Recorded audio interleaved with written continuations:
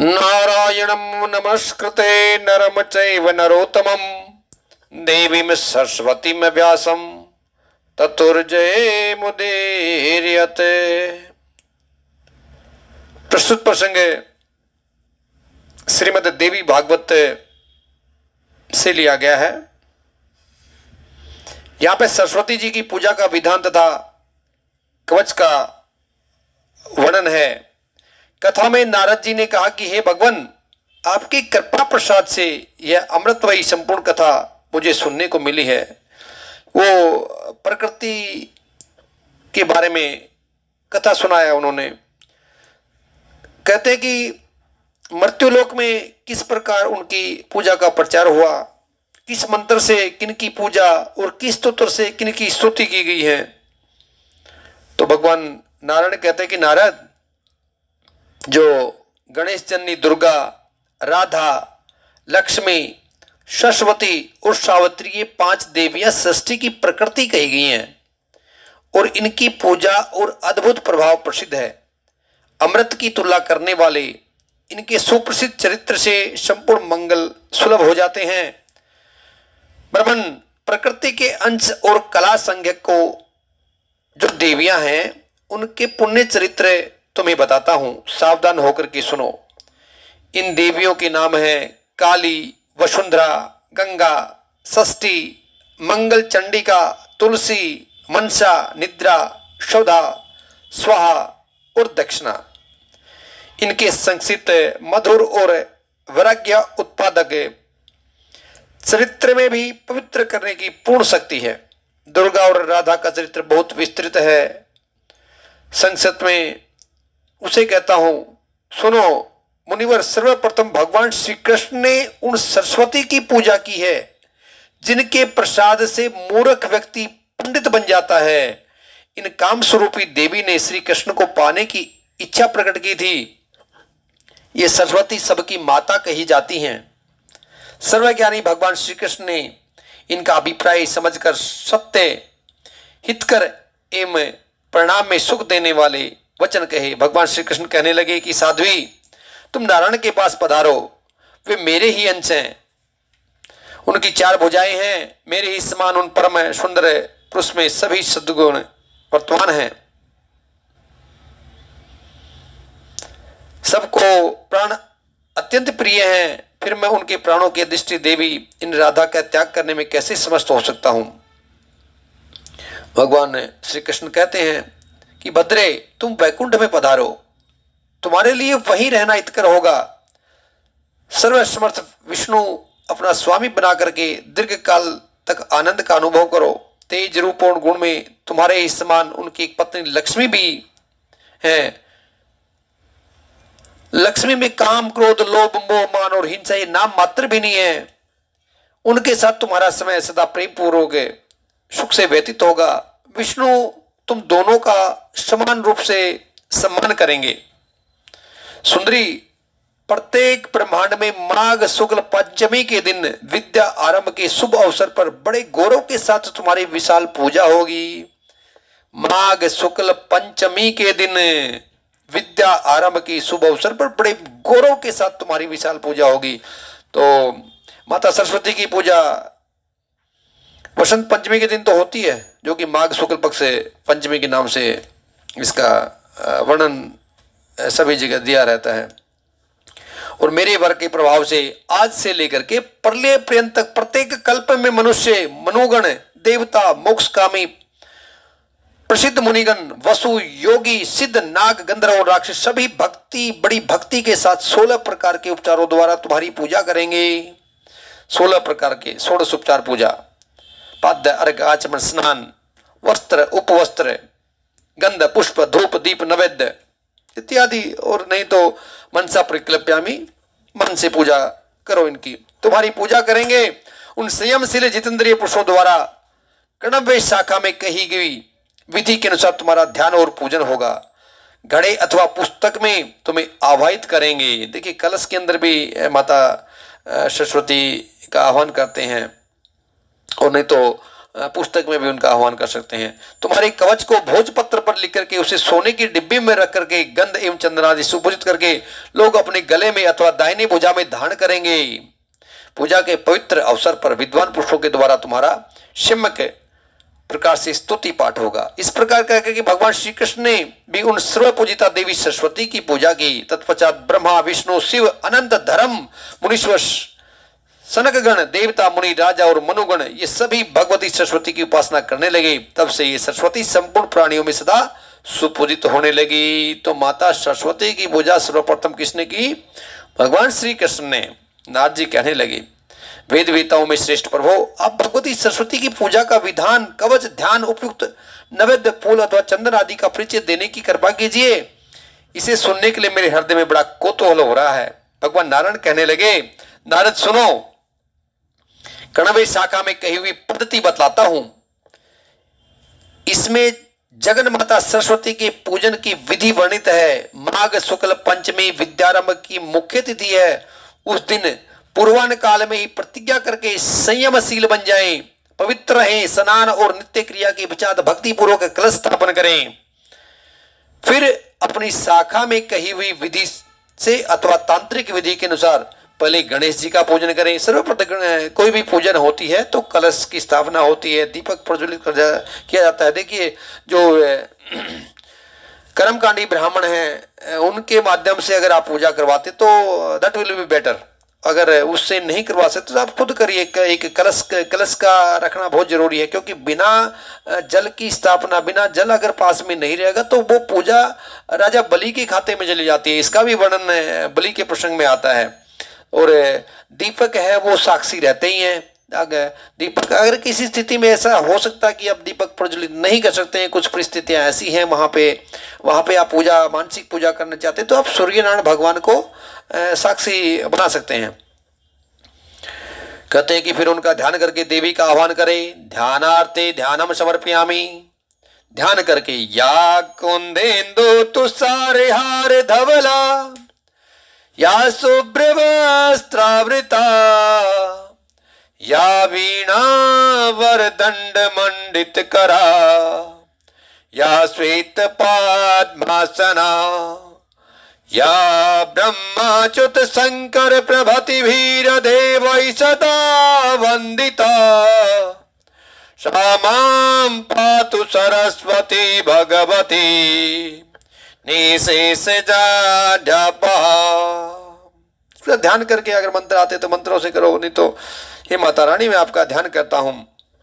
तदंतर व्रती रह करके षोडशोपचार से भक्ति की पूजा करें। सब में पूजा के लिए कुछ उपयोगी नैवेद्य वेद में कथित है। ताजा मक्खन, दही, दूध, धान का लावा, तिल के लड्डू, सफेद गन्ना, गुड़ में बना हुआ मधुर पकवान, मिश्री, सफेद रंग की मिठाई, घी से बना हुआ नमकीन पदार्थ, बढ़िया सात्विक चोड़ा, शास्त्रोक्त हविष्यान जो अथवा गेहूं के आटे से घृत में तले हुए पदार्थ, पके हुए स्वच्छ केले का पिष्टक, उत्तम अन्न को घृत में पकाकर उससे बना हुआ अमृत के समान मधुर मिष्टान, नारियल, उसका पानी, कसेरू, मूली, अदरक, पका हुआ कीला, बढ़िया बेल, बेर का फल, देश और काल के अनुसार उपलब्ध ऋतु फल तथा अन्य भी पवित्र स्वच्छ वर्ण के फल, ये सब नैवेद्य के समान है। यहाँ पे देखिए मूली का वर्णन है, लेकिन कहीं की ऐसा भी वर्णन आता है कि पंचमी को, ब्रह्म वैवर्त पुराण में ऐसा वर्णन आता है कि पंचमी को मूली का प्रयोग नहीं करना चाहिए, और कहीं ऐसा भी वर्णन आता है कि माघ मास में भी मूली को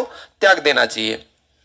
आगे कहते हैं कि हिमुने सुगंधित सफेद पुष्प और सफेद स्वच्छ चंदन देवी सरस्वती को अर्पण करना चाहिए। नवीन श्वेत वस्त्र, सुंदर संघ की विशेष आवश्यकता है। श्वेत पुष्पों की माला और भूषण भगवती को चढ़ाएं। महाभाग मुने, भगवती सरस्वती का श्रेष्ठ ध्यान परम सुखदायी है तथा भ्रम का उच्छेद करने वाला है। वह वेदोक्त ध्यान इस प्रकार है। ये वेदों उनका ध्यान जैसे हमने भी पाठ किया, तो ये जो मंत्र का तो उसका उच्चारण किया, तो आप किसी प्रकार से भी आप उनका ध्यान कर सकते हैं। इस प्रकार ध्यान करके विद्वान पुरुष पूजन के समग्र पदार्थ मूल मंत्र से विधिवत सरस्वती को अर्पण कर दें। फिर कवच का पाठ करने के पश्चात दंड की भांति भूमि पर पड़कर देवी को साष्टांग प्रणाम करें। हे मुने, जो पुरुष भगवती सरस्वती को अपना इष्ट देवता मानते हैं उनके लिए यह नित्य क्रिया है। माता लक्ष्मी की नित्य पूजा करें तो और भी बढ़िया रहेगा। श्रीम ह्रीम सरस्वती स्वाहा, फिर से बोलते हैं हम, श्रीम ह्रीम सरस्वती स्वाहा।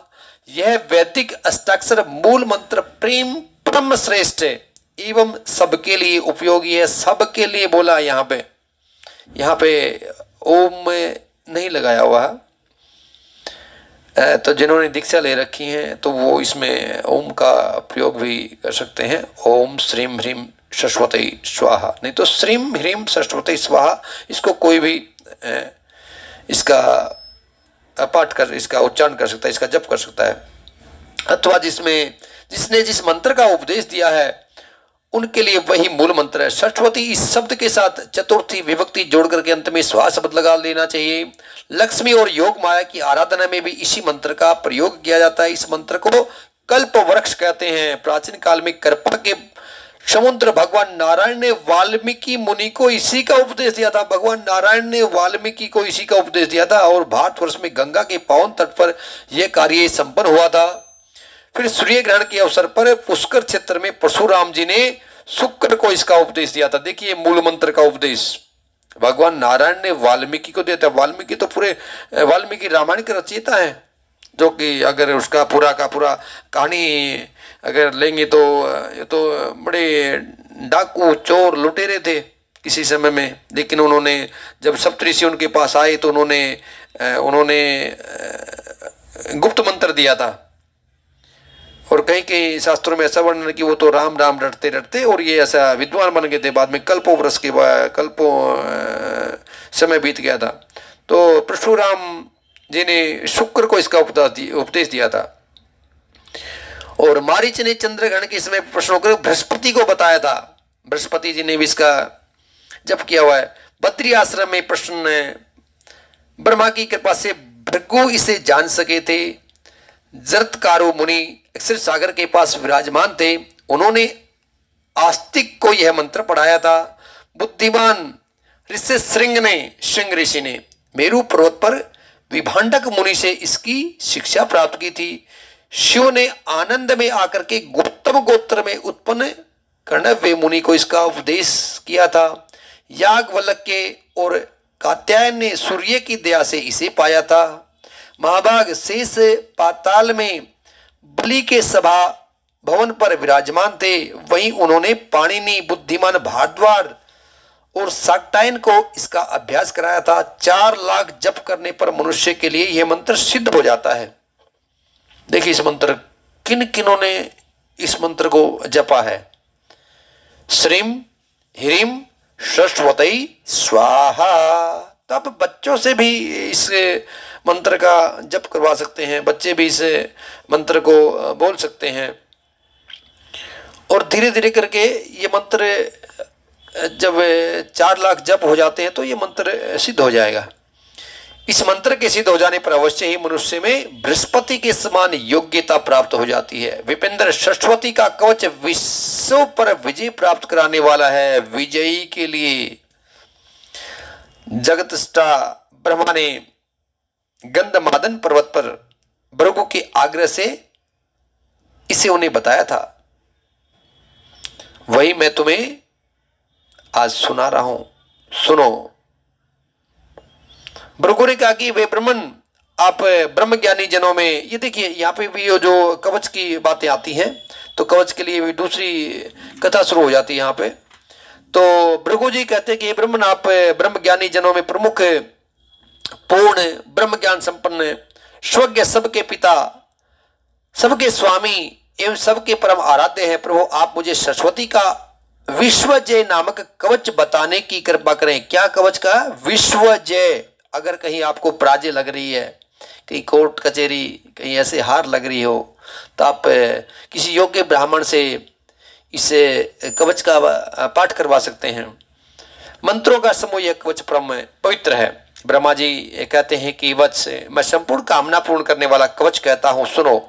यह श्रोतियों का सार, कान के लिए सुखप्रद, वेदों में प्रतिपादित एवं उनसे अनुमोदित है। राशेश्वर भगवान श्री कृष्ण गोलोक में विराजमान थे, वही वृंदावन में रासमंडल था। उसी समय उन प्रभु ने मुझे यह कवच सुनाया था। कल्प वृक्ष की तुलना करने वाला यह कवच परम गोपनीय है। गोपनीय चीजें बताते हैं ये अपने, और कि वो खुद नहीं कहते कि मैंने खुद इसके रचिता, मैंने भी कहीं से सुना हुआ है इस प्रकार की, कि वो भगवान कृष्ण ने मुझे बताया था। जिन्हें किसी ने सुना है वे अद्भुत मंत्र इसमें सम्मिलित हैं। इसे धारण करने के प्रभाव से ही भगवान शुक्राचार्य संपूर्ण दैत्यों के पूज्य बन गए थे। धारण किया था उन्होंने कवच को अपने लिखवा करके, और अपने उसमें दाहिने हाथ में संपूर्ण दैत्यों के पूजे बन सके। ब्रह्म ने बृहस्पति ने इतनी बुद्धि का समावेश इस कवच की महिमा से ही तो हुआ है। वाल्मीकि मुनि सदा इसका पाठ और सरस्वती का ध्यान करते थे, अतः उन्हें कविंद्र कहलाने का सौभाग्य प्राप्त हो गया। वे भाषण करने में परम चतुर हो गए। इसे धारण करके स्वयंभू मनु ने सबसे पूजा प्राप्त की। कणाद, गौतम, कण्व, पाणिनि, शाक्टायन, दक्ष और कात्यायन इसी कवच को धारण करके ही ग्रंथों की रचना में सफल हुए।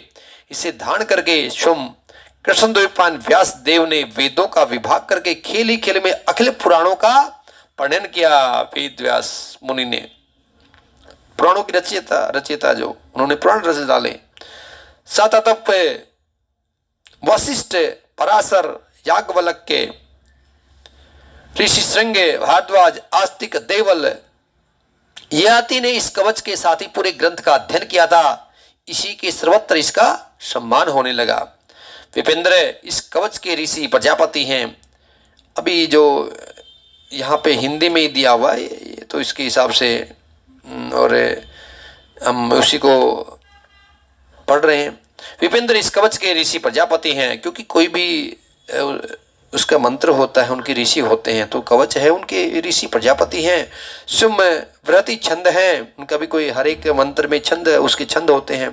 माता शारदा अधिष्ठात्री देवी हैं। अखिल तत्व ज्ञान पूर्वक संपूर्ण अर्थ के साधन तथा समस्त कविताओं के विवेचन में इसका प्रयोग किया जाता है। श्रीम ह्रीम स्वरूपिणी भगवती सरस्वती सब ओर से मेरे सिर की रक्षा करें। देखिए हिंदी में समझने की कोशिश करें। श्रीम ह्रीम रूपिणी भगवती सरस्वती सब ओर से मेरे सिर की रक्षा करें। श्रीमयी वाग देवता सदा मेरे लाट की रक्षा करें। ओम ह्रीम भगवती सरस्वती निरंतर कानों की रक्षा करें। ओम श्रीम ह्रीम भगवती सरस्वती देवी सदा दोनों नेत्रों की रक्षा करें। एम ह्रीम शव रूपिणी वाणी की अधिष्ठात्री देवी सदा मेरी नासिका की रक्षा करें। ओम ह्रीम मई विद्या की अधिष्ठात्री देवी होठ की रक्षा करें। ओम श्रीम ह्रीम भगवती ब्राह्मणी दंत पक्ति की निरंतर रक्षा करें। एम यह देवी सरस्वती का एकाक्षर मंत्र मेरे कंठ की रक्षा करे। एम ए गलती से, देखिए एक थोड़ा इसमें देवी भागवत में एक वर्णन आता है, गलती से उसके मुंह से ए निकला था। ए माँ तो ए माँ बोलने से प्रश्न हो जाती है, ए बोलने से तो बड़ा विद्वान बन गया था। ओम श्रीम ह्रीम मेरे गले की तथा श्रीम मेरे कंधों की रक्षा करें। विद्या की अधिष्ठात्री देवी ओम ह्रीम स्वरूपिणी सरस्वती सदा वक्षस्थल की रक्षा करें। विद्याधि स्वरूपा ओम ह्रीम मई देवी मेरी नाभि की रक्षा करें। ओम ह्रीम क्लीम स्वरूपिणी देवी वाणी सदा मेरे हाथ की रक्षा करें। ओम स्वरूपिणी भगवती सर्व वर्णात्मिका दोनों पैरों को सुरक्षित रखें। ओम वाग अधिष्ठात्री देवी के द्वारा मैं सब प्रकार से सदा सुरक्षित रहूं। सबके कंठ में निवास करने वाली ओम स्वरूपा देवी पूर्व दिशा में सदा मेरी रक्षा करें। सबकी जीभ के अग्रभाग पर विराजने वाली ओम स्वरूपिणी देवी अग्नि कोण में रक्षा करें। ओम एम ह्रीम श्रीम क्लीम सरस्वती बुद्ध जनने स्वाहा। इसको मंत्रराज कहते हैं। यह इसी रूप में सदा विराजमान रहता है। यह निरंतर मेरे दक्षिण भाग की रक्षा करें।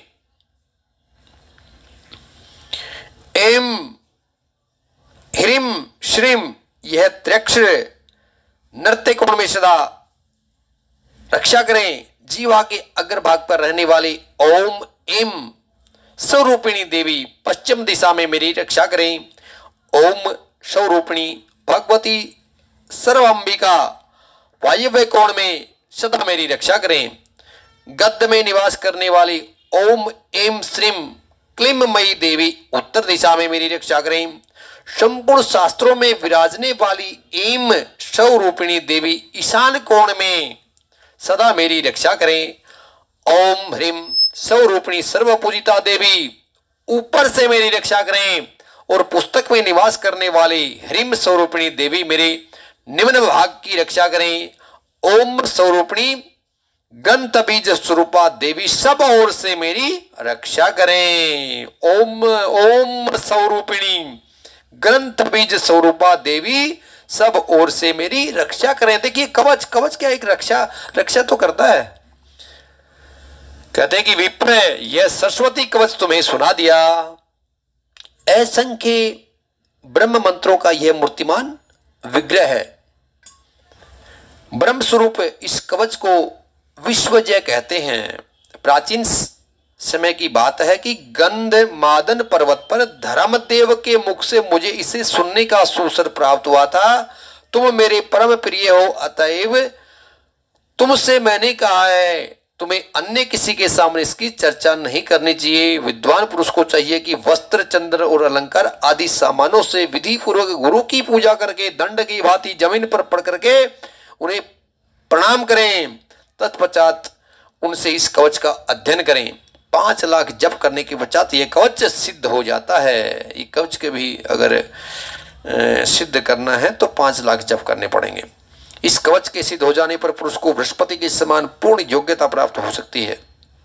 इस कवच के प्रसाद से पुरुष भाषण करने में परम चतुर, कवियों का सम्राट और तल्लुक के विजयी हो सकता है। उसमें सब कुछ जीतने की योग्यता प्राप्त हो जाती है। शृणो वत्स प्रक्ष्यामि कवचम सर्वे कामदम श्रोति सारम श्रोति सुखम श्रुत्योक्तम श्रोति पूजितम उक्तम कृष्णेन गोलोके मह्यम वृंदावने रासे स्वर्णन विभूनाम रासे वै रास मंडले। मुने ये कवच कडवी शाखा के अंतर्गत है। अब स्तोत्र, ध्यान, वंदन और पूजा का विधान बताता हूं, सुनो। तो आगे याज्ञवल्क्य के द्वारा भगवती सरस्वती की स्तुति है, हम उसकी चर्चा करेंगे अगले उसमें। और इस प्रकार से ये माता सरस्वती की किस प्रकार से इसके पूजन से हमें, इसके स्मरण से हमें क्या फल मिलता है, बड़ी बहुत अच्छी जानकारी है। आप इसको एक बार, इस मंत्र को मैं दोबारा एक बार से आपको फिर से दोहरा देता हूँ। इस मंत्र की आप पाठ कर सकते हैं या बच्चों को भी आप ये मंत्र बता सकते हैं। ओम लगाना तो लगाइए, नहीं तो श्रीम ह्रीम सरस्वती स्वाहा, श्रीम ह्रीम सरस्वती स्वाहा। ओम नमो नारायणाय।